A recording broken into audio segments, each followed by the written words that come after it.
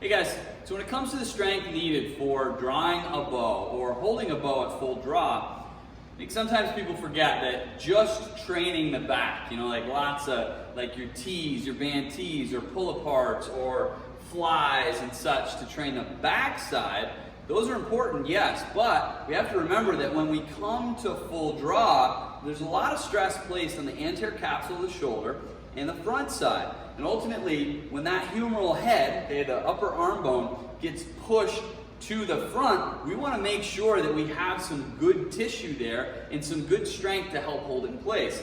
I'll use my makeshift bow here to show that as I draw back, you'll see that this shoulder here, okay, even if I'm exaggerating this a little bit, we can still see that that gets slid forward, okay, towards the front.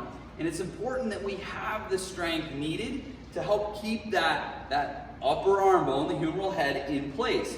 Now, a great movement for doing this is an internal rotation. So here, I'm using a band. I'm trying to make this as accessible as possible for those that don't have a gym. And upright posture, all right? Try not to be in this kyphotic position, kind of slouch position, because that's not how you're going to draw your bow anyway. Good, strong position. From here, my elbow is kind of tucked in, but give it a little bit of space in between elbow and ribs. You just don't want it way out here. From here, you're going to draw or pull that hand in, all right? The palm of my hand comes towards my belly, and trying not to flex, extend at the wrist. Keep that neutral. So I'm going to pull in, rotate back out under control, pull in, rotate back out. Now, you will feel a little bit of pec turning on there as well. That's okay, all right?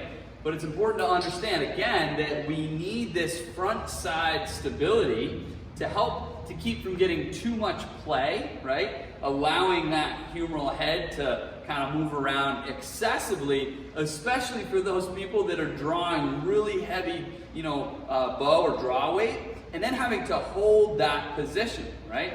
So we want to make sure that we have the supporting musculature, the supporting strength to hold that shoulder in place and ultimately help reduce inflammation from too much play and pain. And we all know that typically that stuff comes up right about when the season starts because you've been ramping up volume over the off season leading into hunting, and then all of a sudden you got a shoulder that's bummed up. So guys, just another movement that can help you be at the top of your game when hunting season rolls around this year.